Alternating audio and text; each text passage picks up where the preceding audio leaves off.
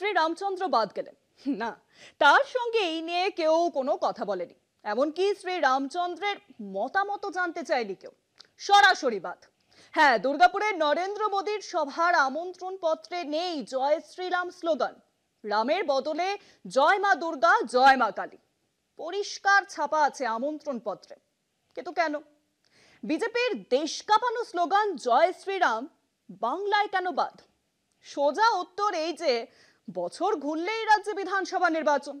BJP বুঝে গিয়েছে ভারতের আরো অনেক রাজ্যের মতো বাংলায় কিন্তু শ্রী রামচন্দ্রের অতটা বাজার নেই। এখানে মা কালী আর মা দুর্গার রমরমা, পাশাপাশি মহিলা ভোটার টানার কথাটাও মাথায় রাখতে হবে। সব মিলিয়েই বিজেপির এই কালী দুর্গা ভজনা।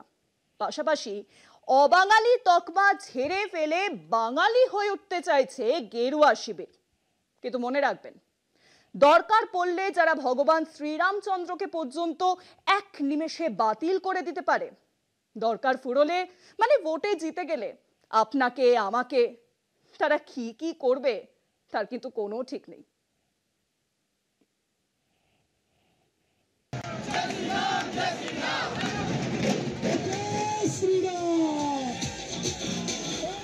রাম নামে মৌজে থাকে গেরুয়া শিবির। বিজেপি যেখানে, রাম নাম সেখানে। তবে এবার কিছুটা ভিন্ন সুর। দুর্গাপুরে মোদীর সভার আমন্ত্রণ পত্রে জয় শ্রীরামের বদলে জয় মা দুর্গা, জয় মা কালী। কি হলো বঙ্গ বিজেপির? কেন বলতে হচ্ছে, যখন সারা দেশে বাঙালির উপর চূড়ান্ত অত্যাচার নামিয়ে এনেছে, বাংলা ভাষায় কথা বললে বাংলাদেশি বলে তকমা দিয়ে বাংলাদেশে পাঠিয়ে দিচ্ছে, গায়ের জোরে জেলে পড়ছে, গোটা বাংলা ফুঁসে উঠেছে বিজেপির এই অসভ্যতামর বিরুদ্ধে। আজকে তাই নতুন করে জয় মা কালী, জয় মা দুর্গা। হিন্দুত্বের শান দিতে গিয়ে বাঙালির আরাধ্য দেবদেবীকে একসময় ছাড়েনি বিজেপি। পরিবর্তে তাঁরা নিজেরাও বহিরাগত অবাঙালির তকমা পেয়েছে। বাঙালির মনে জায়গা করতে না পেরে রাম নাম ভুলে এখন হিন্দু ধরি বাঙালির আরাধ্য দেবদেবীর শরণাপন্ন হয়েছে বিজেপি।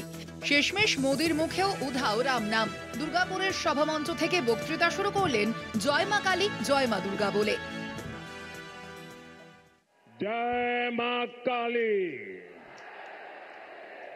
जय मां दुर्गा।